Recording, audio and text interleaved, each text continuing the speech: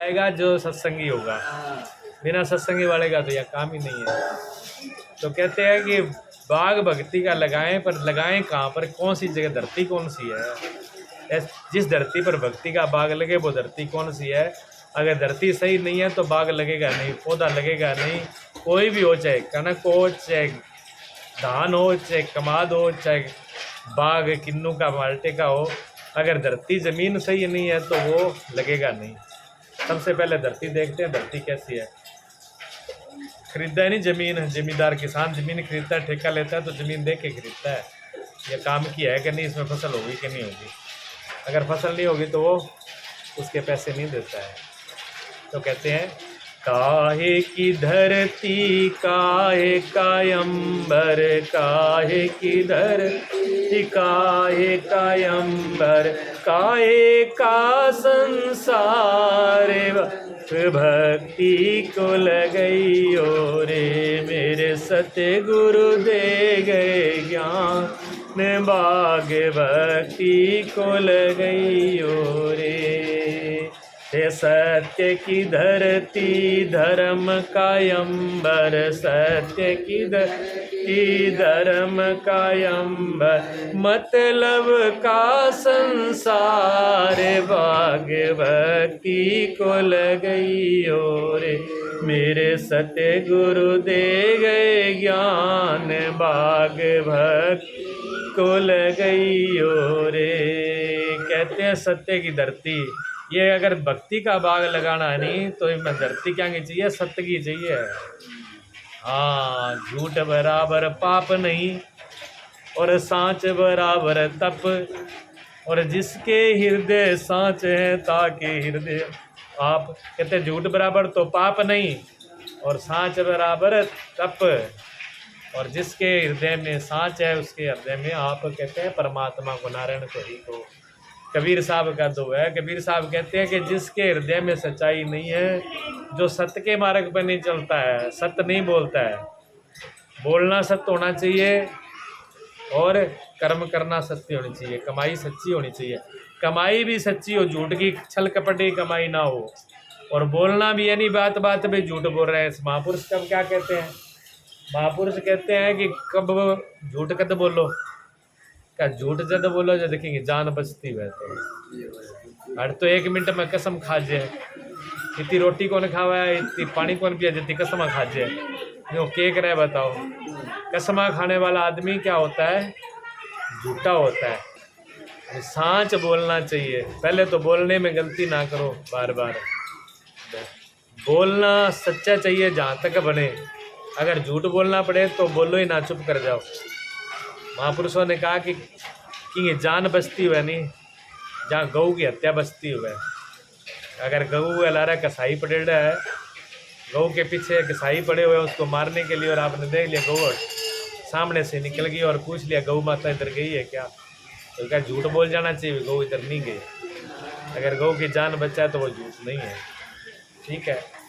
कुछ समय ऐसे आते हैं कि बात सबके सामने नहीं कहनी चाहिए, कुछ चीज़ों में पर्दा रखना ज़रूरी होता है।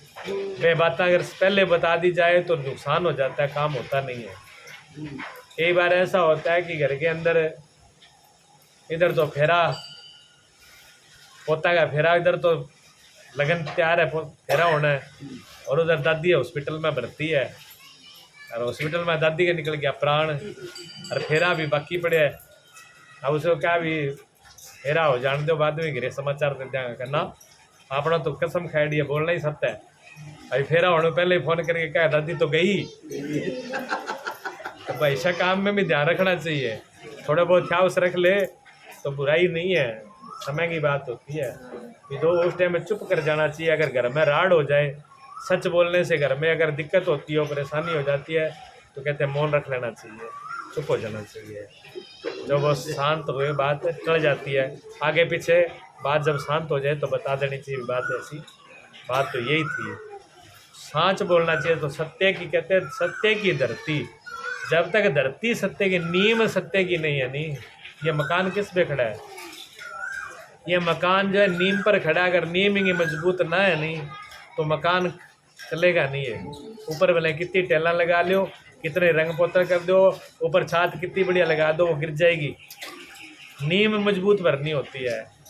पैर अगर मजबूत नहीं है ना तो चलना नहीं हो सकता, पैर मजबूत होना चाहिए। तो धरती जो है वो कहेंगे सतगी चाहिए। जब तक सतगी धरती ना होगी, जमीन सतगी ना होगी, सत पे चलना नहीं होगा तो बात होगी नहीं। बेटे को अपने सत पे रहना चाहिए, बाप को अपने सत पे रहना चाहिए, गुरु को अपने सत पे, शिष्य को अपने सत पे, पति को अपने सत पे, पत्नी को अपने सत पे। अब पत्नी का घने पतिव्रता पत्नी के धर्म बहुत बता रखे हैं। बोलना, पति को खिला के खाना, पति का सम्मान करना, पहले उठना बाद में सोना, सासू की सेवा करना, तो बोलना, मन के अंदर किसी प्रकार का भेदभाव ना होना। बातें तो बहुत बता रखी हैं, पर पालन करना हर किसी के बस की बात नहीं है। पालन कोई माता करती है नहीं कि इस धरती पे किसी माता ने पालन नहीं किया। इस धरती पे ऐसी ऐसी पतिव्रताएं माताएं हुई हैं जिन्होंने जमराज को भी फेल कर दिया। जमराज भी जिसके सामने हार गए, खड़े हो गए। सत्यवान सावित्री का नाम सुना है ना आपने? सावित्री का, सत्यवान तो उनके पति का नाम था, सत्य देख लो, उसी का नाम भी सत्य ही था। वो सत्य पर खड़े थे इसलिए नाम सत्य था। और वह सावित्री सत्य पर खड़ी, सावित्री सत्य पर खड़ी। सावित्री को सब कुछ लोभ लालच दे दिया। सावित्री के जमराज आके खड़े हो गए, पर सावित्री ने जमराज को भी हरा दिया। जमराज भी हार गए, हाथ जोड़ के सावित्री को वरदान देंगे कि तू जीती, मैं हारा। अपने पति को वापस ले लिया, अपने माँ बाप की, अपने सासू ससुरों की आंखें ले ली और बेटा भी ले लिया, धर्म भी रख लिया, सारी बातें कर ली उसने। तो सत्य में कितना ताकत है, सत्य में बहुत ताकत है। अगर सत्य थोड़ा सा भी हो ना, झूठ अगर थोड़ी सी हुआ तो घबराहट हुआ, रात में नींद को नहीं आवा। और सच्चाई हो ना, आदमी सच्चा हो भले, फिर क्यों वो करो, आदमी डरता नहीं है। फिर उसको पता है, उसको ये पता है कि मैं सच्चा हूँ। और सच्चाई अपने आत्मा के बल को देती है। बात ध्यान रखो, सच्चाई किसका बल है? आत्मा का बल है, अपने आप का बल है। कौरव और पांडव दो ही बाप, एक ही परिवार का भाई यार, नारा नहीं थे जी, एक ही ना, एक ही कुल्लो, एक ही परिवार हो, चाचा ताऊंगा, कोई बड़े तो थे नहीं, अलग अलग नहीं थे, एक ही परिवार के थे। पांडव और कौरव एक ही, पीछे की पीढ़ी एक थी, दादा परदादा एक थे, सब कुछ एक ही था। लेकिन एक का पलड़ा अगर देखा जाए संसार की तरफ से तो कौरव तो 101 आ, और धन दौलत भी बहुत थी, राज भी उनकी तरफ था, ठीक है, और उनको मिलने वाले भी बहुत थे। और दूसरी तरफ पांडव थे, पांडव 5 ही थे। और उनके पास भी किसी ने कुछ नहीं छोड़ा, ना राज छोड़ा, ना धन छोड़ा, ना सुख सुविधा, छल बल ताकत, जिया जैसे भी हड़पा गया ना, हड़प लिया, कैसे भी इनको ले लो, छल से ले लो, बेईमानी से ले लो, आगे ले लो, मांगे ले लो, दबाव दे के डाल लो, राजा मतलब जैसे भी मिले उन्होंने कोई कमी नहीं छोड़ी। पर पांडव किस पे थे? सत्य पर थे। पांडव किस पे थे? सत्य पे थे। और कौरवों ने छल किया, कपट किया, झूठ किया। तो छल कपट कितनी देर चला? कौन चला नहीं? 101 भाई होके भी क्या बच पाए? 101 भाई होके भी बचा नहीं पाए। राज उनके पास था, राज को बचा नहीं पाए। लक्ष्मी उनके पास थी, लक्ष्मी बची नहीं। धन दौलत थी, बची नहीं। वैभव था, बचे नहीं। नौकर चाकर घोड़ा रथ हाथी सब कुछ थे, बचे नहीं। रिश्तेदार परिवार भाई बंधु राजा मित्र थे, बचे नहीं, कोई नहीं बचा। और पांडवों के पास कुछ नहीं था, पर एक सत्य था। और सत्य कौन थे? भगवान कृष्ण। स्वयं भगवान ही सत्य थे। कृष्ण भगवान सत्य थे। तो भगवान, उन्होंने कहा, जब मांगने के लिए गए तो अर्जुन ने एक भगवान को मांगा, और दुर्योधन ने कहा कि मैं भगवान को क्या करूँगा? भगवान तो बैठे रहेंगे, ना कोई युद्ध लड़ेंगे, ना लड़ाई पर जाएंगे, ना कुछ करेंगे। ये तो कहते हैं मैं तो चुपचाप बैठूंगा।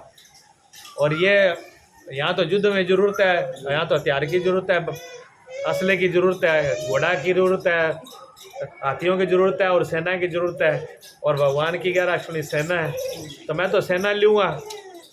अब सेना भी ले ली, असला भी ले लिया, रथ घोड़े भी ले लिए, फिर लेकर के भी क्या लिया, लेकर भी कुछ ले पाए क्या? लेकर के भी कुछ ले नहीं पाए। सारा कौरव एक तरफ हो गया, पांडव एक तरफ हो गया, लेकिन भगवान सत भगवान है। भगवान कृष्ण कौन है? भगवान कृष्ण नारायण के, भगवान विष्णु के अवतार हैं। और एकादशी 11 का व्रत किसका होता है? भगवान नारायण का होता है, भगवान विष्णु का होता है। और सबसे बड़ा व्रत होता है 11 का। 11 का व्रत सबसे बड़ा है, भगवान विष्णु का व्रत है। भगवान राम भी विष्णु के अवतार हैं, भगवान कृष्ण भी विष्णु के अवतार हैं। अवतार जितने भी होते हैं वो भगवान विष्णु के ही हैं। हाँ, इसी प्रकार जो रामा पीर जो कहते हैं व्यवसाय, ये भी भगवान विष्णु के अवतार हैं। ऐसे बहुत से अवतार हैं। भगवान के ज़रूरत के अनुसार जब जब ज़रूरत पड़ी थी तब तब भगवान ने अवतार लिए। जब पीरों को अहंकार हो गया था, पीर मनमर्जी करने लग गए थे, तब भगवान विष्णु ने अवतार लिया रामा पीर के नाम से, और पीरों का घमंड तोड़ करके और अपनी पूजा करवाई थी। इसलिए हिंदू लोग हैं ना, बावड़ा है, हिंदू लोग बावड़े हैं जो अपने पीर को छोड़ करके जगह जगह पीरा का धक्का खावे। सब पीरों का पीर तो आपका खुद मालिक ही है। भगवान शिव से और भगवान नारायण से बड़ा कोई पीर नहीं है। सारे अवतार इन्हीं के हैं। सबको इन्होंने टिकाया, इन्होंने रखा, सारी सृष्टि को समझाने वाले ही है। इन्हीं के नियम है, इन्हीं की पूजा है, इन्हीं के विधान है। जितने बड़े हुए हैं, जितने भी शास्त्रों के अंदर दिया हुआ है, इन्हीं का ही लेख दिया हुआ है। बाकी इनके किसी के भी लेख नहीं दिए हुए कहीं भी शास्त्र के अंदर। पर आपने क्या, हम लोग सत्य को छोड़ देते हैं। बात ध्यान रखना, सत्य की धरती, धर्म का अंबर, सत्य की धरती को छोड़ देते हैं हम। हमारी नीम है, धरती कहते हैं नीम को, जड़ को।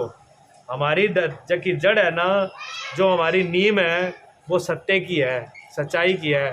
और सच्चाई ये है कि भगवान शिव और भगवान नारायण से बड़ा कोई पीर नहीं है, कोई देवी देवता नहीं है, कोई कुछ नहीं है। उनको छोड़ के जगह जगह भाजने का मतलब है कि अपने आप के धर्म को छोड़ देना, अपनी नीम ने छोड़ देना, अपने पैरों को ही जिसने त्याग दिया हो। और फिर वो कहे कि मैं भाज करके पहुंच जाऊं। जिसने अपने पैर काट दिए हो, पैर काट के वो कहे कि मैं दौड़ लगा लूँगा, कैसे लगाएगा वो? पैर काट के तो चलना ही मुश्किल है। तो हम अपने ही पैर काटते हैं अपने हाथ से ही।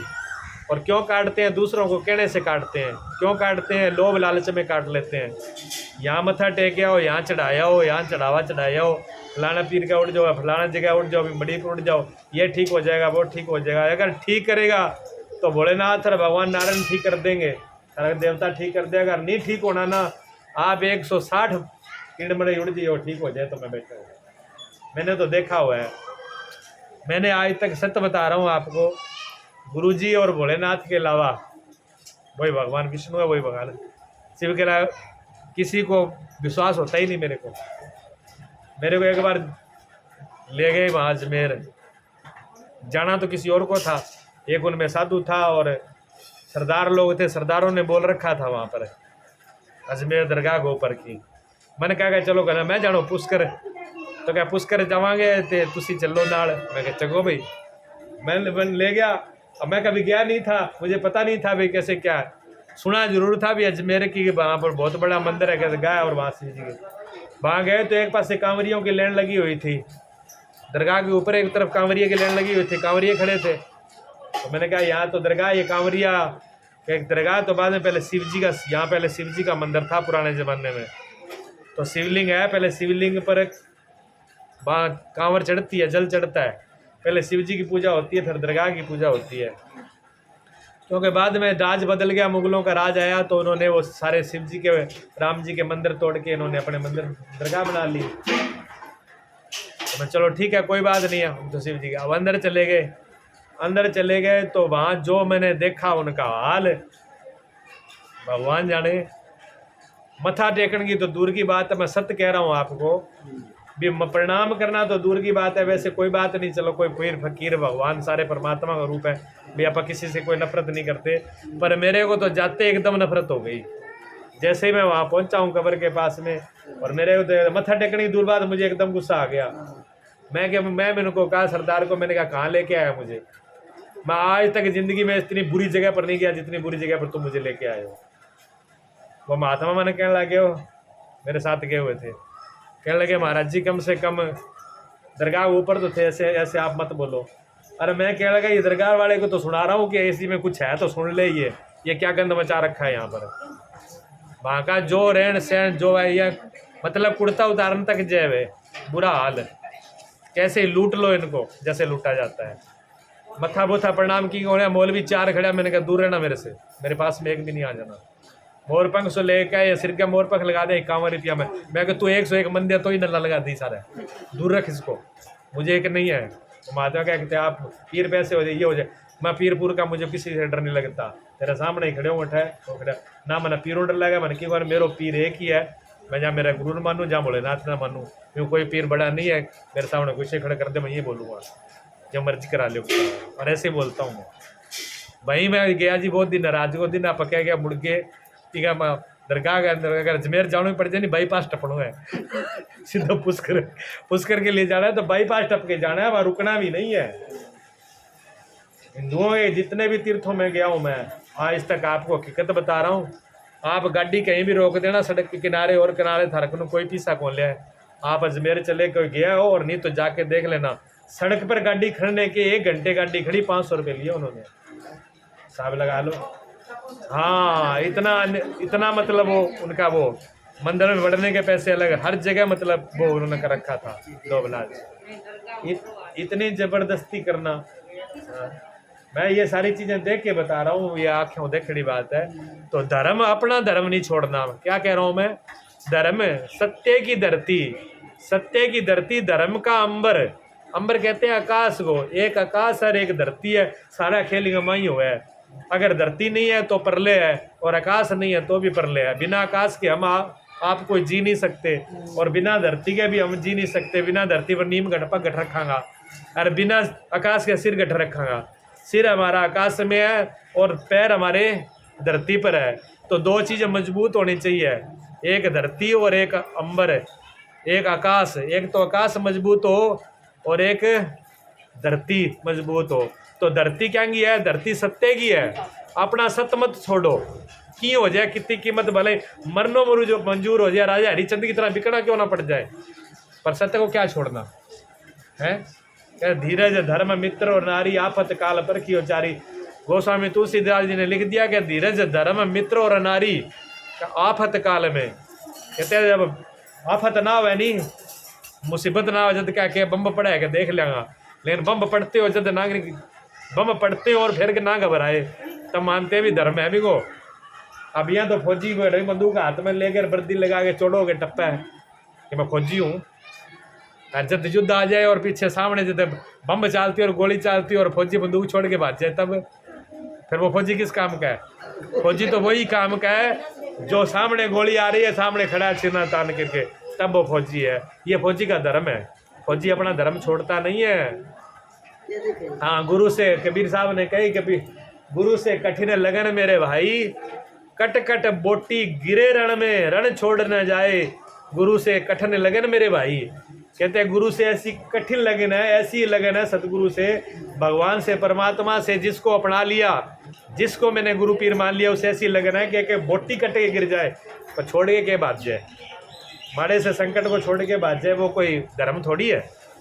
धर्म नहीं छोड़ना चाहिए, धर्म की धरती के ऊपर मजबूत रहना चाहिए। वो धर्म चाहे वो धर्म अपने पति पत्नी पर का हो, थोड़ा सा संकट आ गया और पत्नी पति ने छोड़ के भाग जाए तो वो कोई वो धर्म को नहीं है। थोड़ा सा मित्र पे भी तो क्या मैं आपका मित्र हूँ, आपके लिए जान दे दूंगी, और मित्र को जो टाइम आ जाए मारो और मित्र को पीठ दिखा के भाजे, वो मित्र नहीं है, वो धर्म छोड़ दिया उसने। बेटा अगर बाप को हरी बीमारी आ गई और बेटा छोड़ करके भाज गया, मेरे से तो सेवा नहीं होती, मैं तो डॉक्टर के पास दवाई नहीं दिला सकता, तो वो बेटे का धर्म नहीं है। ठीक है ना, माँ बाप ने पाला पोसा संभाला, तो इसलिए नहीं है कि वो अपना धर्म छोड़ दे। बच्चों को अपना धर्म नहीं छोड़ना चाहिए कभी भी, बेटे को धर्म नहीं छोड़ना चाहिए। धर्म अगर छोड़ दिया तो उसके पल्ले में कुछ भी नहीं है। तो आ धरती जो की है ना, सत्य की धरती है, सत्य नहीं छोड़ना है। और पांडवों ने सत्य नहीं छोड़ा, कौरवों ने छल छोड़ा, जगह जगह पर छल किया।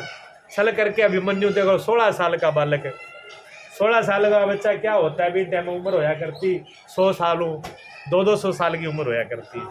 200 साल की जो उम्र हुआ तो 16 साल का टब्बर इतना को है जितना भाई बैठी है। 16 साल का बच्चा इतना को होता है, कोई बड़ी बात नहीं है। 16 साल की उम्र को सारे योद्धाओं ने घेर करके और अन्याय के साथ युद्ध का नियम होता है कि एक योद्धा के साथ एक योद्धा लड़ेगा। बैठ जा भाई, कोई बात नहीं, बाद में कर लेंगे, पर थोड़ा आगे न तो।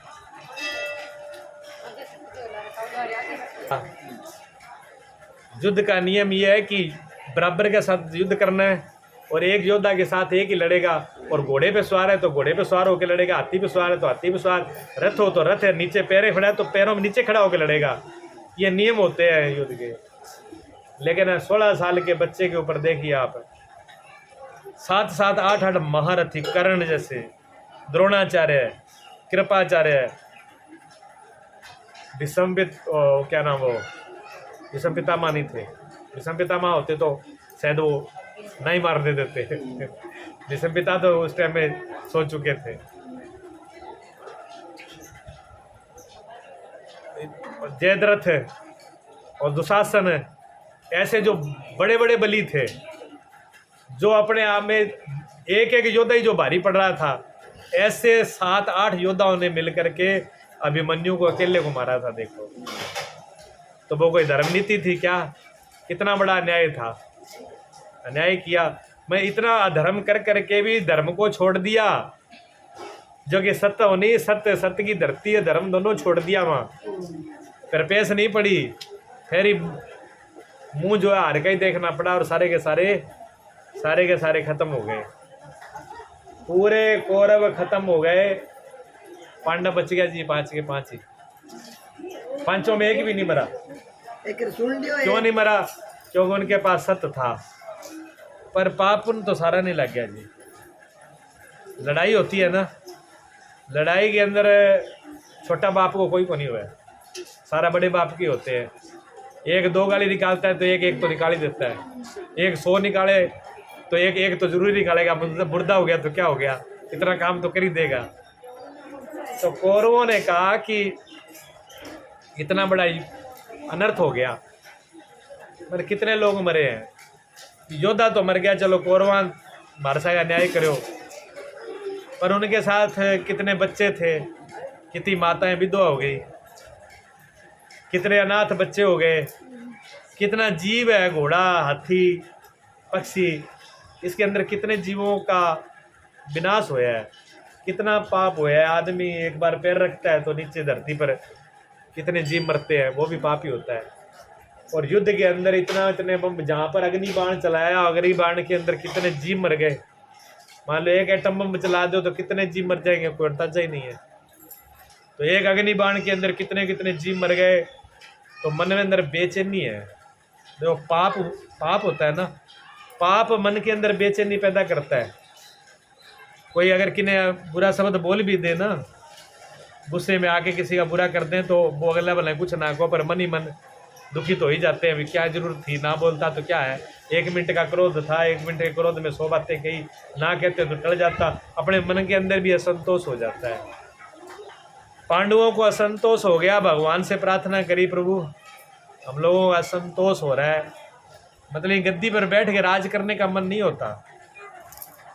ये गद्दी जो है खून से भर चुकी है, खून जो की है ना, निबड़ चुकी है गद्दी। अब सीधी सादी साफ सुथरी नहीं है, इस पे खून के छिंटे ही नहीं है, ये पूरी खून से लथपथ हो गई। और इस गद्दी पर, इस सिंहासन पर, जिस सिंहासन पूरा खून से लिबड़ा हो, उसमें बैठना कितना धोखा है। भाई को भाई हत्या करके और कहीं सुखी हो गए सो जाऊं, नहीं सो सकता, चाहे कितना ही बैर क्यों ना हो। भाई की हत्या करके सो कौन सके? खून ऐसा होता है, चाहे गुस्से में आके कितना ही कुछ कर ले भले। फिर भी उन्होंने कहा भाई थे हमारे, और भाई अगर ख़त्म हो गए तो दुख तो है ही हम लोगों को, हमको क्या करना चाहिए? प्रायश्चित करना चाहिए। तो भगवान ने पहले तो कहा हिमालय में तपस्या करनी है, और व्रत बताया, जिसमें व्रत सभी लोग व्रत करते थे। 11 के व्रत तब से चले आ रहे हैं जब से सृष्टि रची। महीना में कितनी 11 आवे? महीने में 2 11 आती है, और 12 महीने में कितनी हो गई? 24 11 हो गई। और 3 साल बाद में एक महीना और बढ़ जाता है, 3 साल बाद, जिसको मल मास और पुरुषोत्तम मास बोलते हैं, 13वां महीना बोलते हैं। जब 13वां महीना आ जाता है तो 26 11 हो जाती है, ठीक है ना।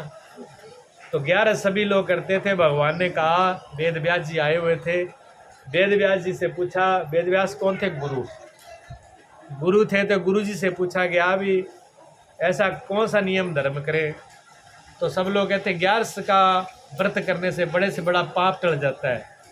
हत्या लग जाए ना किसी पर, कोई हत्या लग जाए तो कहते 11 पार घालती है। 11 का व्रत जो हत्या को दूर कर देता है, इसलिए 11 का व्रत सबसे बड़ा बताया है। पर नियम बहुत है 11 का, आम व्रत की तरह नहीं है।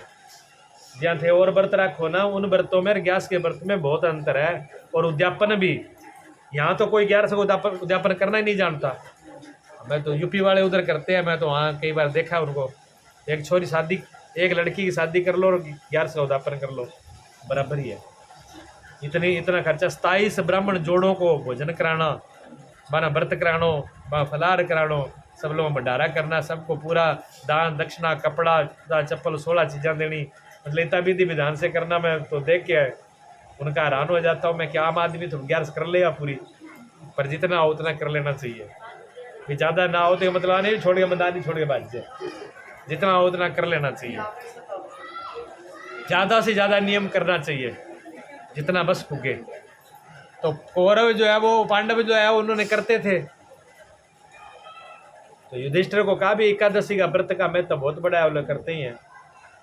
भीमसेन बगीचे में बैठे हुए थे, भीम ने कहा व्यास जी से, गुरुजी और तो काम हजारों ही ठीक है, मेरे भाई सारे ही कर लेंगे, पंचाली भी कर लेगी, ये तो व्रत करते ही 11 से कर लेते हैं, पर मेरा उद्धार कैसे होगा? मेरा सबसे बुरा हाल तो मेरा है। क्यों? भगवान ने पेट में आग ऐसी दे रखी है जठराग्नि कि मेरे को तो कुछ भी डाल दो बोलेगा अंदर, जो मर्जी इसमें डाल दो, डालते ही भस्म स्वा। भस्म रोग होता है ना, ऐसे पेट के अंदर वो आग है। आग तो सभी के अंदर है। जो अग्नि हमारे अंदर उसको बोलते हैं वैश्वानर अग्नि, और उसी को बोलते हैं जठर अग्नि। कुछ भी खा लो, कच्चा पक्का हरा पीला, जो भी पकाया हुआ अन्न अंदर वो हजम कर देता है, क्योंकि वो आग है अंदर, वो पका देती है। तो वो अग्नि जो है, पर किसी किसी की अग्नि बहुत तेज होती है, मतलब खाने के 2 मिनट बाद ही, जहाँ शुगर वालों की बढ़ जाती है। शुगर वालों को भोजन ज़्यादा चाहिए, ना मिले तो हड़फड़ाहट हो जाती है, बुरा हाल हो जाता है। तो भीमसेन जी का हालत बात थी। भीमसेन ने कहा कि गुरुजी हमारा तो हालत ख़राब है, भूख मरना तो बहुत ही औखा काम है, और साल में 24 एकादशी अपने बस की बात नहीं है। मेरे को तो कोई एक ही बता दो साल में, तो पेठा पार पड़ी जाए। साल में एक व्रत बता दो जिससे मेरी पार पड़ जाए, जो मैं भी पाप से उद्धार हो जाऊं, मेरा भी कल्याण हो जाए, मैं भी भगवान की शरण में चला जाऊं, मुझे भी नारायण की भक्ति में लग जाऊं। तो भगवान ने कहा कि फिर ऐसा है, वेद व्यास जी कहते हैं कि 24 में से फिर एक एकादशी है, उसका नाम निर्जला है। वह महीना जेठ का महीना में आवा है। जेठ के महीना में गर्मी बहुत हुआ है, जेठ के महीने में गर्मी होती है, लू चलती है। नहीं भी यहाँ तो मौसम बादल बुदल हो जाए तो यहाँ बढ़िया चल रहा है, ठंडी ठंडी हवा। आज तो बढ़िया चल रही है ना, सोनी चल रही है। हाँ समझ लो, अभी हवा ठंडी चल रही है, सावन का महीना है, बढ़िया हवा आ रही है, समझ लो थोड़ी देर और क्या, थोड़ी देर समझ लो। हाँ फिर ले लो तो ठीक रहेगा। हाँ महीना तो जेठ को ही है। जेठ में सारा देखो, वैसे तो देवियाँ सारा ओलो कंड है, जेठ ओलो कंड है नहीं। हाँ, और जेठ को महीनों है, आदमी भी देखिए यहाँ कर करके जाएगा, मोटरसाइकिल पर जाए, सड़क पर जाए, तो सारा ओलो कंड होगा है। आदमियों को ओलो कटावा है तो जेठ ही है, वो आदमी ओलो कटा देते हैं ना। हाँ अब तो काट दो, छोड़ रखे है, पर वो जेठ वालों कटाते हैं। वो आदमी कटा देता है। बाकी तो कोई जरूरी नहीं है ओला काटना, तो करे बहुत हंस रहा हूँ मैं। ओला तो देखो किसका है, धर्म का और सत्य का। सत्य की धरती, धर्म का अंबर। अगर धर्म है तो ओलो निकालो चाहे ना निकालो, कोई फर्क नहीं पड़ेगा। अगर धर्म नहीं है तो फिर ओला कितना ही निकालो, कोई फर्क नहीं पड़ेगा। तो 11 में ये व्रत बताया। फिर निर्जला का मतलब होता है बिना जल के। और बिना जल के ये नहीं है कि आपको ऐसा लगता है कि रखा नहीं जाएगा, हाँ सक जाओ बेटा, हो जाओ नेड़े आ जाओ, कोई बात नहीं। हाँ, पहला नाम इसका निर्जला ग्यारस और दूसरा नाम भीमसेनी ग्यारस पड़ा इसका, वो भीमसेन से पड़ा था। वेद व्यास जी ने कहा कि बिना जल के इसको रखना है, जल नहीं पीना। बात में सच्चाई है। आपको जो नहीं रखते उनको ऐसा लग रहा होगा भी बिना जल के को रखी जाता है। मेरे सामने बहुत छोरियां रख रही है और बिना जल के रखती है। 24 घंटे पानी नहीं पिया जाता। 11 शुरू होती है सूरज के साथ में, और दूसरा दिन 12 की जब तक सूरज नहीं निकल जाए तब तक 11 रहती है। जब सूरज निकल जाता है और 12 तिथि शुरू हो जाती है तब यूँ पहला व्रत नहीं खोला जाता, उसके बाद ही व्रत खोला जाता है दान पुण्य करके। वो भी सीधा नहीं है, दान पुण्य करने के बाद इसका नियम ये होता है कि द्वादशी लग गई और तुम फटाफट बनाओ और खा लो, नहीं। पहले चावल का भोग नहीं लगता, लेकिन भगवान विष्णु के चावल का भोग लगता है। चावल का भोग लग के द्वादशी बने 12 को, द्वादशी को भोग लग करके खीर का लगाओ, चावल का लगाओ, कुछ मीठे का जहाँ और कुछ बनाओ। भोग लगाने के बाद ही जब ब्राह्मण को किसी को दान पुण्य करके गऊ की सेवा करके खोला जाता है। गऊ की सेवा जरूर करनी चाहिए 11 के दिन। आज के दिन गौ माता को पानी पिलाना, गऊ की सेवा करना, गऊओं को हरा चारा खिलाना बहुत बड़ा धर्म है, बहुत बड़ा पुण्य है। किसी गरीब को, किसी दुखी को पिला देना, कोई जल की सेवा कर देना, जरूरत के अनुसार किसी को कोई भी सेवा कर देना बहुत बड़ा पुण्य है। बस भुगता बस भगवान से ये हाथ जोड़ो कि लेना ना पड़े किसी से दान पुण्य। एकादशी के दिन 11 के दिन कोई भी चीज़ किसी से ली ना जाए, यहाँ तक भी पानी का गिलास भी दूसरा ना पिलाए तो ठीक है। यहाँ तक इतना नियम है इसका। जितना कर सको बताना मेरा फर्ज है, करना आपका फर्ज है, ठीक है। अब यह ना कि बैठे पानी कौन पिया तो थारो ही ले लो कि और को ले लो कौन, उसमें आपका सबका हिस्सा है तो किसी दूसरे का नहीं है। इसलिए यहाँ पर बुराई नहीं है, यहाँ तो भगवान का प्रसाद है। भगवान को लग करके भगवान को चढ़ गया, भगवान को भोग लग गया, और भगवान को भोग लगा करके जो चीज़ भी खाई जाए, भगवान को भोग लगा करके जो भी चीज़ ली जाती है उसको क्या बोला है, अमृत। उसको अमृत बोला है। ये गीता में भी बोला है, और इसका प्रमाण है, सबसे बड़ा प्रमाण है कर्माबाई। कर्माबाई जो थी, कर्माबाई भगवान को खिचड़ी का भोग लगाती थी रोज। और कर्माबाई का और भगवान का जो संबंध था उस समय, वो क्या संबंध था पता है आपको? कर्माबाई भगवान ने क्या मानती? कर्माबाई पर्दो लगानो भूल गई, दावलिया लो पर्दो कीनो। अच्छा, दावलिया किसको बोलते हैं? घाघरिया, लांगो पर्दो कर लियो। अच्छा, लांग का पर्दा कौन कर सकती है बताओ, विचार करो थे भी। आपकी घाघरिया कोई पर्दो कोई करे तो कौन कर सके? माँ कर सके। माँ के अलावा कि दम को नहीं कर दे, सिर्फ माँ ही कर सकती है, जो अपने आंचल को, जा अपने ओढ़निया को, जा अपने लहंगा को पर्दो कर ले। माँ के अंदर ताकत होती है और किसी के, इसलिए माँ का दर्जा बड़ा है, माँ का भगवान से बड़ा दर्जा है।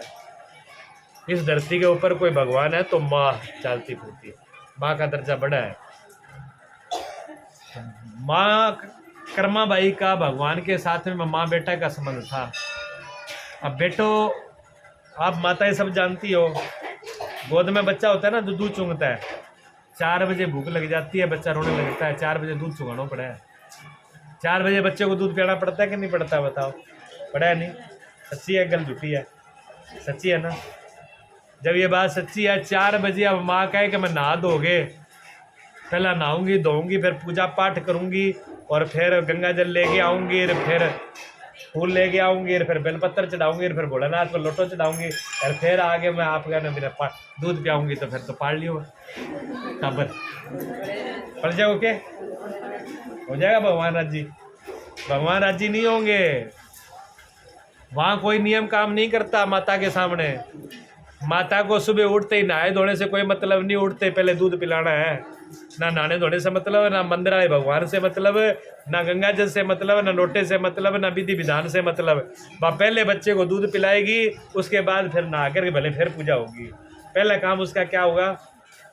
पहला काम उसका होगा भगवान अपने बच्चे को दूध पिलाना।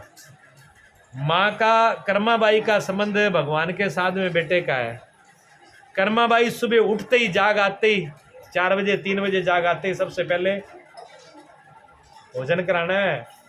कन्हैया मेरा लाला तो भूखा है, और कराना है किसका? खिचड़ी का कराना है। कर्माबाई की तो 4 बजे खिचड़ी बनती, 4 बजे खिचड़ी बन के भोग लगा दे, 4 बजे खिचड़ी बन के भोग लगा देते। एक कर्माबाई की चर्चा फैल गई चारों पास है, कर्माबाई भर के कोई खिचड़ी कौन बनाया, कर्माबाई जैसी कोई बर्तन नहीं है, कर्माबाई जैसी कोई पूजा पाठ वाली नहीं है। अब कर्माबाई की तो देखो सच्चाई की ध्यान रखना, सत्य की धरती, जहाँ सच्चाई होती है ना वहाँ पर दूर दूर तक खबर पहुँचती है। सत्य छुपता नहीं है, सूरज निकलता है तो बताना नहीं पड़ता, और फूल खिलता है तो खुशबू अपने आप जाती है।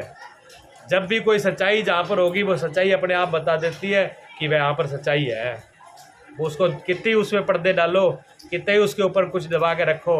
गोरखनाथ जी पर 12 साल तक गोबर गिर रखो कुर्डी का माँ, तो ये गोरखनाथ कुर्डी में दबिया को नहीं, गोबर में दबे नहीं, फिर 12 साल बाद ही बाहर आ गए। तो सच्चाई कभी दबती नहीं है। ये धरती किसकी चाहिए? सत्य की, सच्चाई की। तो कर्माबाई की भक्ति जो है वो सत्य थी। दूर दूर से लोगों को पता लगा, जगन्नाथपुरी के अंदर दूर दूर से महात्मा आने लगे। एक वैष्णव महात्मा आ गए। वैष्णव महात्मा जानते हो कैसे होते हैं? हम लोग सन्यासी महात्मा हैं जो भगवान शिव के भक्त हैं, मतलब हमारे इष्ट शिव जी है।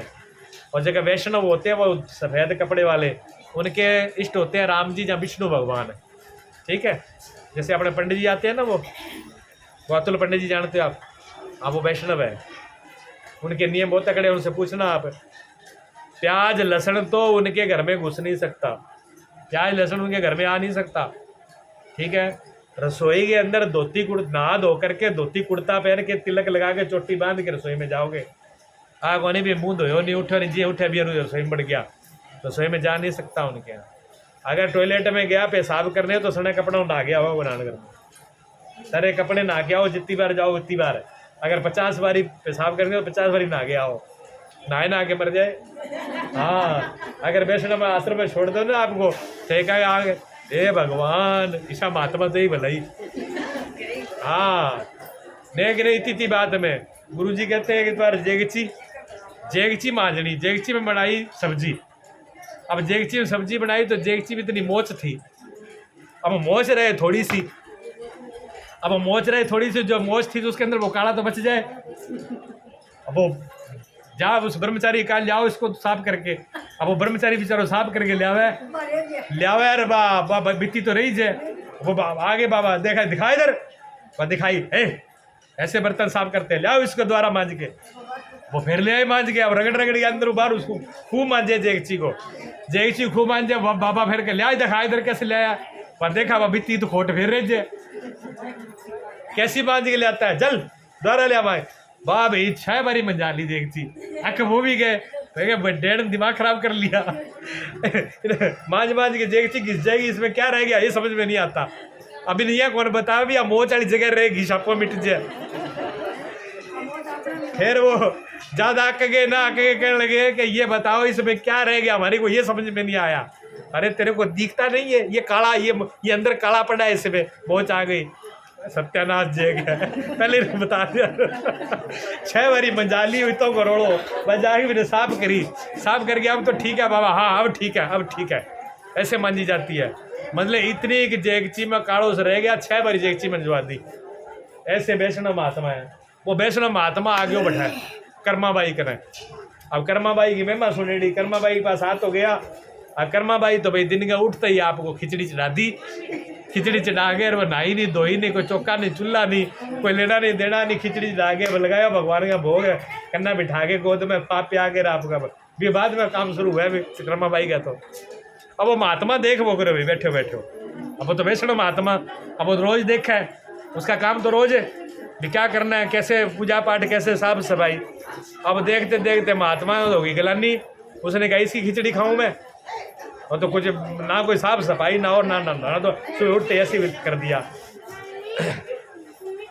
महात्मा ने कहा कि भाई सुन, बोलो अब आप भाई तो सीधी सादी, भाई में तो कोई खोट को नहीं। अब जब भाई में खोट नहीं थी तो भाई को तो कोई परेशानी थी नहीं। अब भाई ने कहा बोलो महाराज जी क्या बात है। कहने लगा भाई तेरी भक्ति तो बहुत अच्छी है, भाव भी बहुत अच्छा है, भगवान तेरा पर खुश भी है, पर तेरा विधि विधान नियम नियम की कोने बहुत देख सुगला काम। कहने लगे गुरुजी आज तक कोई मिला ही नहीं हमको, ना कोई गुरु मिला, ना कोई बताने वाला, ना कोई महात्मा, ना कोई साधु।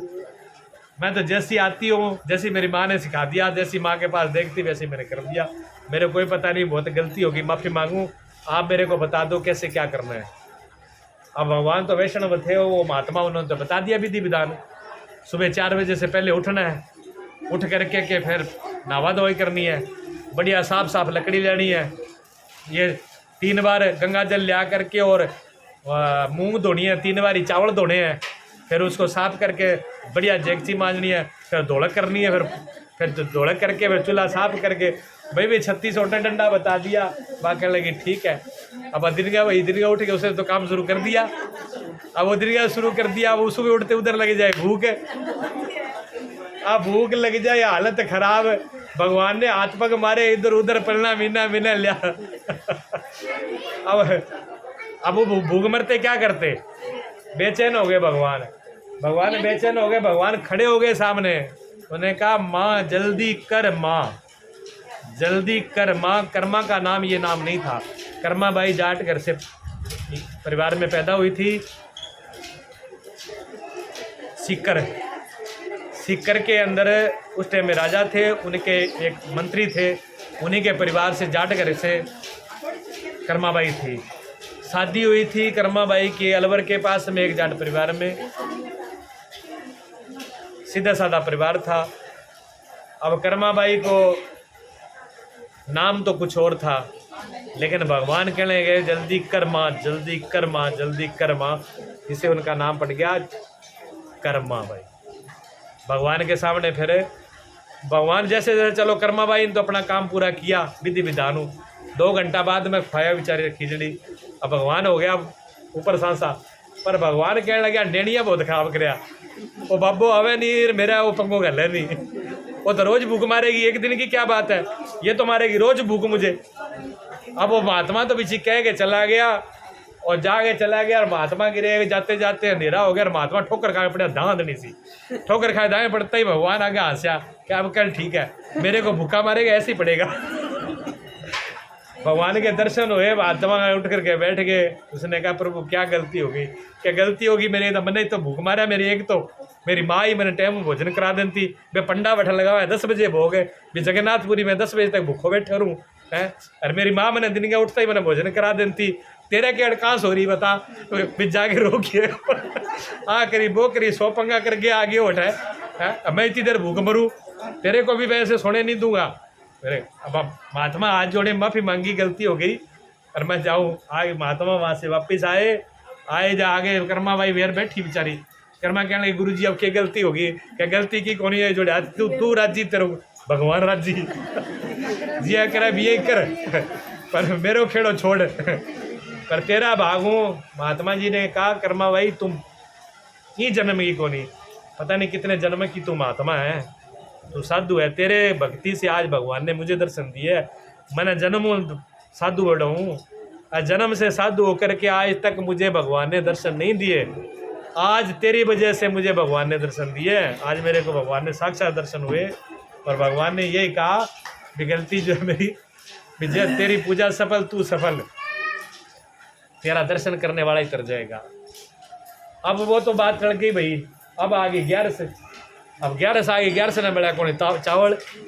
अब कई महात्मा आ गया, अब कई महात्मा आगे फिर रह देती कर्माबाई ने, भी 11 से भोग कौन लगा नहीं, चावल कौन बना। अब कर्माबाई फिर तंग फंस गई। अब क्या भी मैं तो लाला ने भूख क्या रखूँ, भी मैं भगवान ने भूखा क्या रखूँ, मैं तो 4 बजे बना के खाऊँ खिचड़ी, खिचड़ी को मेरा भोग लग गया, चावल बनाए जरूर। अरे ये क्या भी चावल 11 से का चावल बनाया कौन नहीं, अब वो है कि अब वो छाप उड़ गया नहीं, अब छाप उड़ गया। कर्माबाई तो बैठ गई, अब ध्यान लगा के भगवान ने बैठी, प्रभु थे ही मन रहा, बताओ भी मैं क्या करूं। अब ये तो कहते हैं एकादशी का भोग नहीं लगता, एकादशी का व्रत रखा जाता है, और चावल का भोग लगता नहीं है, चावल का दर्शन करना गौ के हत्या के बराबर होता है। अब मैं तो मरण में नहीं जीण में नहीं, क्या करूं। कर्माबाई बैठी, भगवान आए, भगवान कहने लगे एकादशी ने पकड़ के और उल्टी लटका दी, क्या ले माँ अक्रम आ 11 से उल्टी लटकी रहेगी, आ ना तो मुड़ के नहीं तंग करे ना ही ठावे। हाँ, तो उड़ीसा के अंदर जगन्नाथपुरी उड़ीसा में पड़ती है, उड़ीसा के अंदर 11 नहीं मनाई जाती।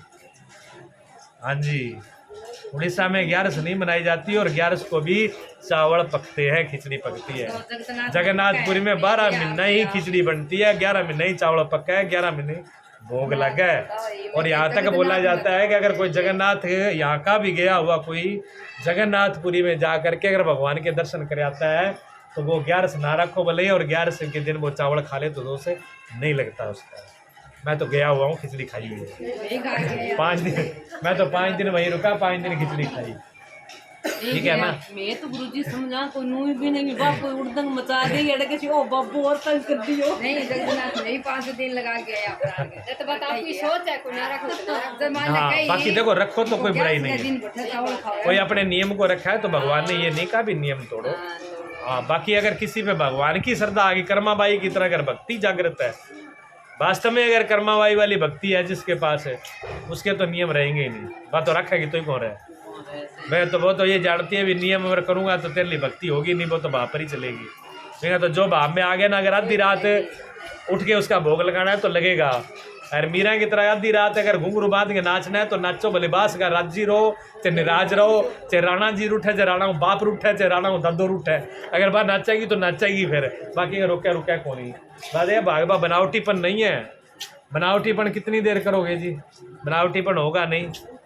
नशो जकान चंडेरी नशो नशो हुआ बिने मेरो भी नशो के हुआ है। जिसके पास नशा नहीं है, नशा की नाटक कितना ही कर लो, नशे का नाटक काम करता नहीं है। नशा जिसको खुमारी चढ़ जाए जिस पे, उसी को पता है खुमारी क्या है, वो बेबस की बात नहीं रहती है। जैसा नशेड़ी आदमी जब ज़्यादा पी ले नहीं ज़्यादा खा ले, अभी मेरे को पड़ा भी क्यों लग रहा है। ये भक्ति का नशा भी खतरनाक है। जिसमें भक्ति का भाव का नशा चढ़ा होता है वो उसको होश नहीं रहता, संसार की विधि विधानियाँ सब फेल हो जाती हैं, लोक लाज नहीं रहती वहाँ पर।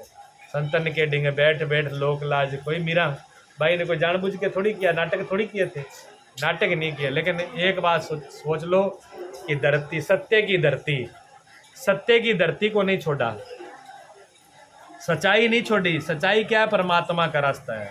सच्चाई को कभी नहीं छोड़ना चाहिए। एकादशी के व्रत के दिन एकादशी के व्रत करो, पानी पिलाओ, गौ माताओं को पिलाओ, दूसरों को पिलाओ, जीव जंतुओं को पिलाओ। जेठ के महीने में क्यों आई बताओ? भी ये जेठ के महीने में क्यों आती है ये निर्जला? घर साके पीछे पोमाला में कर दिया ठीक हो नहीं हो, सब बिटड़ो ही हो, जरूरत ही कौन पड़ा, आराम हो रहा, ना कोई पानी की जरूरत ना कोई क्या की जरूरत नहीं थी। देखो ये जेठ के महीने में क्यों आई है? यही तो तपस्या है ना, ये तपस्या यही है विपरीत के अंदर। सोखा काम तो कोई कर लेगा, फिर काम ओखा वही तो करना, वही तो तप है। तपस्या का नाम यही है भी जो काम नहीं हो उसको करना, ठीक है ना। भोलेनाथ पर जल चढ़ाओ, कोई बुराई नहीं है। भगवान शिव पर जल चढ़ाने का सभी विधान है, शास्त्रों में बता रखा है, सब व्याख्या है। भोलेनाथ पे जल चढ़ाना, भोलेनाथ जो क्या है, भोलेनाथ सदा शिव जो सबके अंदर विराजमान है।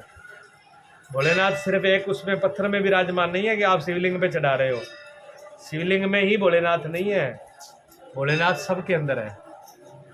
बहुत से महात्मा जो है जो शिव जी की पूजा करते हैं वो शिवलिंग पर नहीं करते, वो अपने अंगूठे पे करते हैं। ऐसा अंगूठा रख करके इस पे जल चढ़ा के इसी पे चढ़ा के अपने अंगूठे की पूजा करते हैं। आप लोगों को कम पता होगा, महात्मा अंगूठे पर पूजा करते हैं। ये अंगूठा शिव का रूप है, इसलिए अंगूठे को परमात्मा का रूप माना गया है, ठीक है ना। ये आंगली जो है, आंगली प्रकृति का रूप है, इस आंगली को दूर रखा जाता है, ये माया का रूप है। ये सात्विक अनामिका, ये तिलक करना, पूजा पाठ करना, धर्म के काम में ये रहती है अनामिका उंगली, ये सात्विक है, सतोगुणी है, ये तमोगुणी है, ये रजोगुणी है, ठीक है ना। हाँ, ये जल की है, सबसे अलग जो छोटी उंगली वाली है, ये जल की उंगली है। तो सारी उंगलियों का नारा महत्व है, हाथ का अलग अलग महत्व है, अंगूठे का महत्व है। ये परमात्मा का रूप है। जैसे गुरु के अंगूठे, पैर की भी गुरु के अंगूठे की पूजा होती है लिंग रूप में, और इसके भी ये भी अंगूठे की पूजा होती है। संत लोग खुद अपने अंगूठे पर ही भगवान की पूजा करते हैं। एक तो वो पूजा है। एक नाथ संत हुए, बहुत अच्छे संत हुए, कांवर लेकर जाए गंगोत्री से। गंगोत्री कहाँ है? जहाँ गंगा जी निकलती है। गंगा जी से गंगोत्री से जल भरा, कांवर मोढे पर रखी और पैदल यात्रा जा रही थी कहाँ? रामेश्वर। रामेश्वर दूसरा किनारा है, गंगोत्री इल्ला पास है, वो इल्ला पास है, पूरा देश पार करके जाना होता है।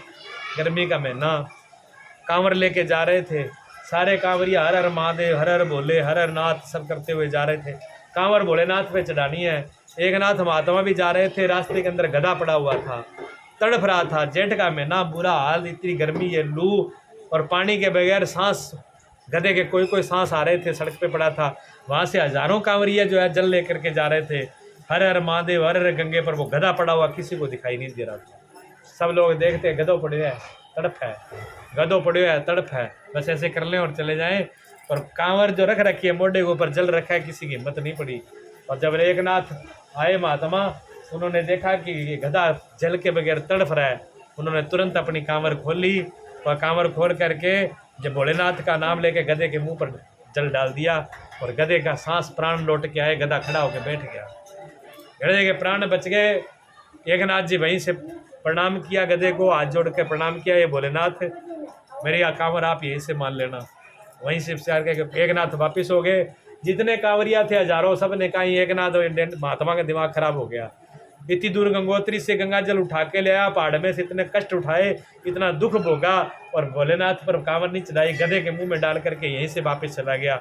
इसने कांवर को खराब कर दिया, इसका व्रत टूट गया, इसका नियम टूट गया, पता नहीं क्या क्या एक नाथ महात्मा बोले, तो पर एक नाथ जी कुछ नहीं बोले, चुपचाप चले गए। जब पहुँचे रामेश्वर धाम तो वहाँ पर कांवर चढ़ा करके सबसे लोगों ने कहा पुजारी जी से पूछो, पुजारी जी कांवर किसकी चढ़ी है? पुजारी जी हंस के कहने लगा, कांवर तो एक नाथ की चढ़ी थी जो गधे पर वही चढ़ा दी थी, तुम्हारी किसी की कांवर चढ़ी नहीं है। भोलेनाथ पर किसी की कांवर नहीं चढ़ी, उस एक नाथ गधे पर चढ़ाई, वो उसकी कांवर चढ़ गई। तो ध्यान रखो, शिव जी पर मैं ये नहीं कह रहा हूँ कि आप शिव जी पर जल नहीं चढ़ाओ, जरूर चढ़ाओ, लेकिन शिव जी के साथ साथ जहाँ जरूरत है उसको जल जरूर पिला देना। जेठ के महीने में पेड़ पौधे हैं ना, ये जीव है, ये भोलेनाथ के हैं। पेड़ पौधा भी मरना नहीं चाहिए। आज गर्मी की हालत में हमारी आपकी सबकी हालत खराब हो रही है ना, आपके देखने के पता नहीं है, मेरे देखने के अंदर पहली बार दरख्त जले, ऐसे मैंने दरख्त जले हुए नहीं देखे आज तक।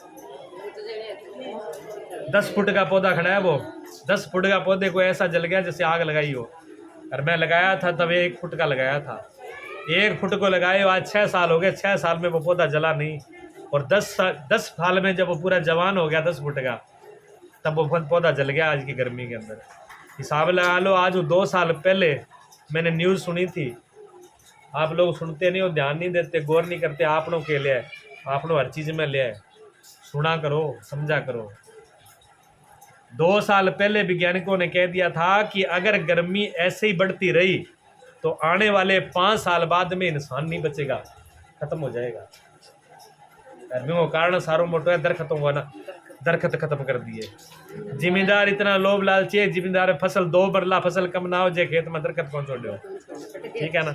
सड़का इतना बेईमान है, सड़का में हटू ले गया बोर तक इतना दरख्त होता, अब दरख्त छिया उड़ जाओ दिखाने थे, पूरे अबोर तक आपको दरख्त की एक छाया नहीं मिलेगी। और पहले पूरे छाया थी इसी सड़क पर। सारी सड़कों को सरकार ने सारे दरख्त पटा दिए, ना तो सरकार ध्यान में देती, ना जिम्मेदार ध्यान देता, कोई दरख्तों में ध्यान नहीं देता। भी ये दरख्त नहीं रहेंगे तो हमारी हालत क्या होगी, ना हमको सांस आएगा, ना हमको हवा मिलेगी, ना हमको पानी ना में बरसेगा, बरसा नहीं होगी अगर हम दरख्त नहीं लगाए। दरख्त लगाओ, जितने से लगा सको ज़्यादा से ज़्यादा। बेली जहाँ भी जगह गमला मिले, बेली जगह मिले, खेत हो, यान हो, घर के आगे हो, मकान के आगे हो, सड़क, जहाँ जगह मिले आप दरख्त लगाओ। और मैं आपको नहीं कह रहा हूँ, ये 3 पीपल और 2 नीम छोड़ के जितने भी आप दरख्त खड़े हैं ना, मेरे हाथ के लगे हुए हैं। ये कूट के अंदर 3 नीम थे, सर्दी से जल गए थे। 4 नीम बड़े थे ना, 4 नीम उस जिस दिन पटाए, पूछ लेना वाला छोरा मेरा साक्षी है, जिस दिन नीम पटाए मैंने, क्यों सूख गए थे, उसी दिन पटा के उसी दिन बकेण लगा दी थी मैंने। आज 3 साल के अंदर ये बकेण 2-2.5 साल हुआ है, 2-2.5 साल में बकेण द्वारा तैयार कर दी।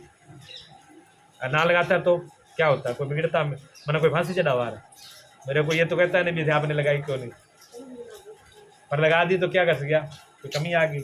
देखने में सुनी लगती है, हरियाली भी है, फायदा ही और नुकसान तो कुछ हुआ नहीं है। पेड़ लगाना चाहिए, पेड़ों को पानी जरूर डालो, पानी शिव जी पे चढ़ाओ, तो दरख्तों में भी 1-1 2-2 बूंद पानी जरूर चढ़ाओ। चिड़ियों पक्षियों को भी जलाओ, पक्षी मर रहे हैं पूरी तरह बेचारे, इतनी गर्मी है। तो जेठ के महीने में पानी का भी बड़ा ध्यान है, पक्षी पक्षियों को, पेड़ पौधों को। प्रकृति ये कौन है? माता पार्वती है। शिव जी कौन है? जकी दरखत के अंदर आत्मा है, जकी हमारे अंदर आत्मा है, वो तो शिव जी है। हमारे आपके सबके अंदर जो आत्मा है वो तो शिव है, ठीक है ना। हाँ, और जो शरीर है और जो ये दरखत है, पेड़ पौधे, प्रकृति जो भी है, पशु पक्षी, ये माता पार्वती है। माता पार्वती की पूजा और शिव जी की पूजा एक साथ होती है। अगर शरीर हूँ आत्मा न्यारी कर दो तो फिर शरीरों की काम को नहीं, माटी है। अरे माटी ने न्यारी कर दो तो फिर आत्मा ने कौन पूछा को?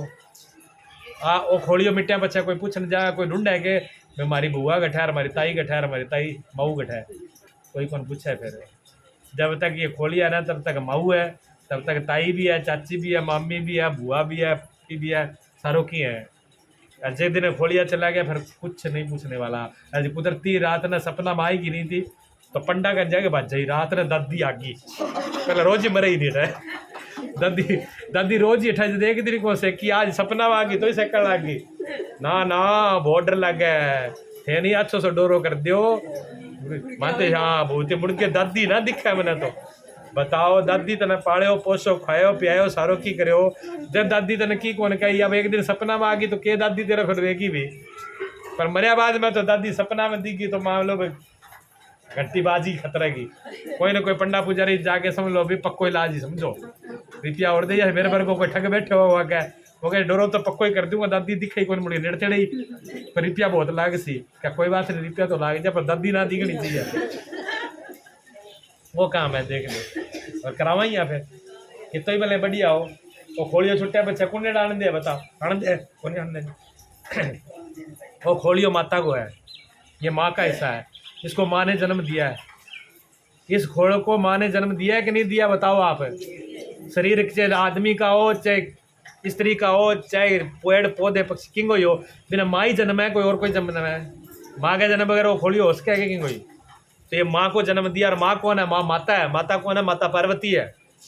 माता पार्वती जो है वो माँ है, उसने जन्म दिया। इसलिए इस शरीर की रक्षा करना, इस शरीर को संभालना, इस शरीर की सेवा करना, चाहे माँ बाप हो, चाहे बड़ा हो, चाहे कोई दूसरा हो, चाहे भारी बीमारी वाला हो, चाहे गरीब आदमी हो, की सेवा करना। माता मतलब आपने माता पार्वती की सेवा करी है, माँ खुश होगी।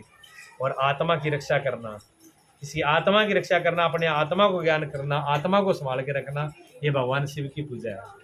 शिव ही आत्मा है और ये शरीर ही माता प्रकृति है। इसलिए शिवलिंग ऊपर होते हैं, नीचे माता पार्वती बाजलेरी है, वह माता है। शिवलिंग बीच में है तो आत्मा बीच में होती है। दिखती नहीं है, दिखा तो माता ही है, दिखा माता है, आत्मा दिखा को नहीं। शिव जी दिखा को नहीं, शिव जी निराकार है। शिव जी का रूप किसी को दिखता नहीं है, वो निराकार है। दिखती कौन है? प्रकृति है, माता दिखती है। तो सेवा की करनी है माता की, जैसे कि दिखा बापू जी भाई संभाल के रखा है। इसलिए शिव को भी किसने संभाल के रखा है? माता ने। अगर बोल भाई जलेरी ना हुआ तो शिव जी रुड़ता फिर अपने जमीन है, तो माता ने शिव जी को संभाल के रखा है। इसलिए माता बड़ी है, बिना माता के शिव जी की पूजा नहीं है। हाँ, इसलिए आज एक और बात बता दूँ था ना, जो मैं प्रदीप मिश्रा एक अर्थ में सही बात कहता है, अभी तक बताया नहीं लेकिन मैं बता देता हूँ। ओम शिवाय नमस्तुभ्यम नमः जो मंत्र है वो माता का मंत्र है, शिव जी का नहीं है। वो शिव जी माता का मंत्र है, वो माता का मंत्र है, माता की पूजा है। प्रदीप मिश्रा जो है वो माता की पूजा बताता है, इसलिए है तो माता ही सबको संभाल रही है। बिना माता के, बिना शक्ति के, बिना माँ के किसी का पालन पोषण किसी की हो ही नहीं सकता। बिना माँ का कौन संभालोगे बताओ? बच्चे को कौन पालन पोषण करेगा? कौन दूध पिलाएगा? कौन करेगा? तो माँ की ही है। तो माता ही पार्वती है और माता का ही रूप है आपका, ठीक है ना। तो ये माँ जो है ये इसका रूप है। इसी माँ को ये क्या है? धर्म है। धर्म जो है सत्य जो किया वो माता है। सत्य कौन है? सच्चाई माता है, सत्य माता है। और धर्म कौन है? शिव है। धर्म शिव है, शिव जी धर्म है। कहते सत्य की धरती धर्म का अंबर, सत्य की धरती धर्म का अंबर, मतलब का संसार भागवती को लगई रे, मेरे सत्य गुरु दे गए ज्ञान, भागवती को लगई रे। क्या कहा? सतगुरु का ये ज्ञान है कि सत्य की धरती तो सत्य की है, अगर आपको टिकना है, अमर रहना है, आपकी नींव मजबूत रखनी है, जमराज भी ना हिला सके, माड़े मोटी की तो बात छोड़ो, जमराज भी नींव नहीं ला सके तो धर्म नहीं छोड़ना, धर्म को पक्का बना के रखना है, सच्चाई को नहीं छोड़ना है, सच्चाई और धर्म ने की कीमत पर भी छोड़ना नहीं। दुनिया उल्ट पुल्ट हो जाए पर अपना धर्म और नीति से कभी गिरना नहीं है। जो जो धर्म गुरुओं ने, माता पिता ने, संतों ने जो सिखाया है उसको खराब नहीं करना है। सेवा करना हमारा धर्म है तो सेवा करेंगे, पेड़ पौधों की रक्षा करना है तो धर्म करेंगे। बड़ों का नाम भी देखो, एक तो बड़ों का नाम लेते हैं ना, ये भी एक दोष होता है। कहते हैं अपने गुरु का नाम भी नहीं लेना चाहिए, गुरु का नाम लेने में भी दोष लगता है। पत्नी को अपने पति का नाम ले लेना चाहिए, उसमें भी दोष लगता है, कम होती है। आजकल वाला तो फैशन है, ठीक है नहीं? हाँ, बाकी नाम ना लेना चाहिए। पुरानी जी की माता मीराबाई क्या कहती है? मीराबाई कहती है राणा जी। राणा जी किसका नाम है? अपने पति का, ससुर को राणा गोत है बांगी, राणा ना पति को, पति का नाम था सांगा, नहीं भोजराज। भोजराज सही क्या बेटा? भोजराज तो पति का नाम था और सांगा ससुर का नाम था, ठीक है ना? और देवर का नाम है विक्रम। ये तो ना तो विक्रम को नाम लिया, देवर को नाम लिया मीराबाई, ना सांगा को नाम लिया, ना भोजराज को नाम लिया अपना पति को। क्या बोलती है राणा जी? राणा जी क्या गोत है, गोत का नाम लेकर के बोल रही है, राणा संबोधित करके बोल रही है। फिर गोत ही बुलाने लग रही है, नाम कठई कौन लियो नहीं। जो सभ्य जो माताएं थी पहले की माताएं जो है वो आज भी नहीं लेती। हाँ, आज वाले फैशन वाले को तो बात अलग है, वे की कर सके, लेकिन उसमें हानि होती है, दोष माना गया है। तो गुरु का नाम, संतों का नाम, कहते हैं संतों का नाम भी नहीं लेना चाहिए, नाम लेके नहीं बोलना चाहिए। महाराज जी को, संत को, कुछ भी को, जी को, और बहुत से नाम होते हैं, उन नाम से ही पुकारना चाहिए। नाम साथ बस पुगता किसी संत का, गुरु का, पति का, अपने से बड़ों का नाम कभी नहीं लेना चाहिए। और लेना भी पड़ जाए, कठे लिखाना भी पड़ जाए, तो जैसे गुरु जी का नाम लेना है, अब गुरु जी का नाम लेना है तो गुरु जी के आगे क्या लिखा हुआ है? देखो, ब्रह्मलीन। ब्रह्मलीन लिखा है ना, ब्रह्मलीन का मतलब परमात्मा के स्वरूप है। आगे लिख दिया अनंत, अनंत लिखा हुआ है, पढ़े लिखे हुआ क्या आप? अनंत लिखा है, श्री लिखा है, अनंत श्री। अनंत श्री का मतलब जानते हो आप? नहीं पता आपको?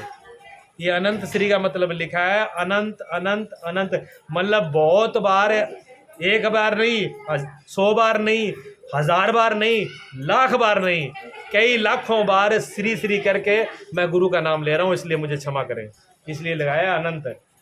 अनंत मैंने में बहुत बारी मैं पूरे आदर के साथ प्रणाम करके श्री श्री लगा करके 1108 बार या भी ज़्यादा बार मैं श्री करके मैं गुरु का नाम ले रहा हूँ, मेरा अपराध क्षमा हो। जद गुरु जी का नाम ले जाए या सिद्धों को ले जाए, यहाँ लिखने में भी लिखाया गया है, ये फर्क होता है। इन चीज़ों पे ध्यान रखना चाहिए।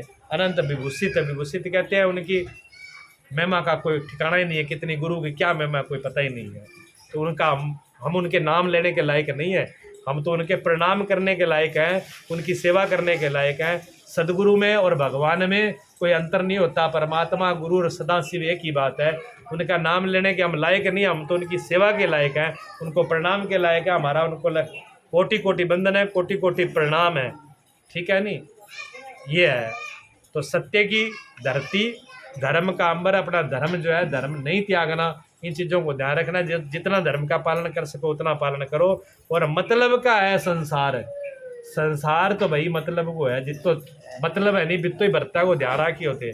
अगर मतलब पूरा ना हो नहीं तो थे गठई अगलो गठई बीती देर को ही है। बाग भक्ति को लगाइयो, मेरे सतगुरु दे गए ज्ञान, ऐसा सतगुरु ने ज्ञान दिया है, ऐसा बाग भक्ति का लगाना है। काहे की नैया कौन खवैया, काहे की नैया कौन खवैया, काहे से लग गई पार, बाग भक्ति को लगई रे, मेरे सतगुरु दे गए ज्ञान, बाग भक्ति को लगई रे। कहते इस रास्ते पर चल तो पड़े, ये धर्म का रास्ता है, ये सत्य का रास्ता है, यहीं पर चाल तो पड़े हो, इस पे चल पड़े। तो इसमें नाव कौन सी है, इस नाव को चलाएगा कौन है? बिना नाव के और बिना खवैया के पार कैसे लगेगी?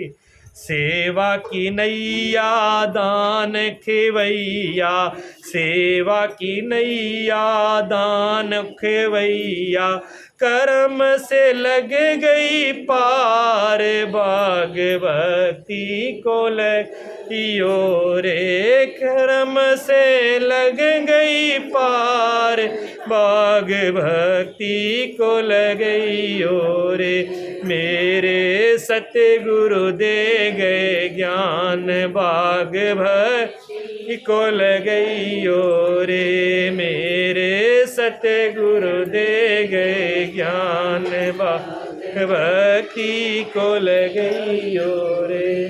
कहते हैं सेवा की नैया, नाव सेवा किया, सेवा मत त्याग देना, सेवा मत छोड़ना किसी ने। इसलिए बड़े बड़े हनुमान जी जैसे ज्ञानी पुरुष भी थे, ज्ञानियों में हनुमान जी से बड़ा कोई ज्ञानी है क्या? देख लो, भगत है क्या कोई बड़ा? लेकिन देखो कर्माबाई जैसी भगत मीराबाई जी भगत पर सेवा नहीं छोड़ी। सेवा तो जितनी मिल जाए सेवा कर लो, पर कराओ नहीं। भगवान क्या कहे कि हाथ जोड़ो कि भगवान प्रभु सेवा करवाना मत, औरों की हमारे मैं सेवा ना कराऊं, कि औरों की सेवा मैं करता रहूं। क्यों? मैं सेवा जब करूंगा जब मैं ठीक होऊंगा, जब आप भी मच्छों पर पड़े होंगे तो सेवा कराएंगे कौन? जब हम सेवा तब कराएंगे जब चार पाई पड़े होंगे, जब माची जलेंगे तभी तो सेवा कराएंगे ना। तो जो भावना ये करते हैं ना कि मेरी दूसरा सेवा करे, उसका मतलब वो रोगों को बुला रहा है कि मैं माची पर पड़ूँ और दूसरा मेरा गोड्डा दबाव है, अच्छा कंठ दबाव है। गोड्डा तो कम दबाएगा, कंठ ज़्यादा दबाएगा। इसलिए सोचो ही ना हमारी सेवा कराए कोई, ये सोचो मैं दूसरे की सेवा कर जाऊँ। तो सेवा की ये तो है नाव, और दान की खवैया, दान जो है वो खेवने वाला है। और कर्म से लग गई पार, अपने कर्मों से ही पार लगेगी। कर्म को कहते हैं कर्म धर्म छोड़ दिया, तो कर्म धर्म छोड़ करके पैस पड़ेगी नहीं, ये भाग सूख जाएगा, ये रास्ता जो है चलेगा नहीं। इसलिए कर्म धर्म छोड़ना नहीं है, कोई कर्म कोई धर्म अपना छोड़ना नहीं है। छोड़ना क्या है? छोड़ना एक ही है दुनिया में, छोड़ने के लिए एक ही चीज़ है दुनिया में, मैं छूट जाए बस। हाँ, मैं छूट जाए भी, मैं ये करूँ, मैं सेवा करूँ, मैं कर्म करूँ, मैं धर्म करूँ, मैं ये कर दियो, मैं दान कर दियो, मैं खांड चढ़ा दी, मैं बोतल चढ़ा दी, मैं बर्फ़ चढ़ा दी, मैं पानी पिया दियो, अब मैं छूट जाए तो ठीक है, सारा वो कल्याण हो जाए, ठीक है ना। ये कथा है जी 11 सखी। मैं को चढ़ा देना भगवान पर, सच्चाई के रास्ते पे चला जाना। एकादशी, एकादशी मैंने 1 और 10, एक भगवान, एक आत्मा और 10 इंद्रियां, 5 ज्ञान इंद्रियां, 5 कर्म इंद्रियां। उससे पहले दशहरा आता है, फिर 5 कर्म इंद्रियां और 5 ज्ञान इंद्रियां भगवान के अर्पित हो जाए, अच्छे कर्म में लग जाए, मतलब कंट्रोल हो जाए, बस में हो जाए, ठीक है, और सत्य के रास्ते पर चल जाए। यही 11 का व्रत है। बोलिए सच्चिदानंद भगवान। और की सुननो है क्या बताओ?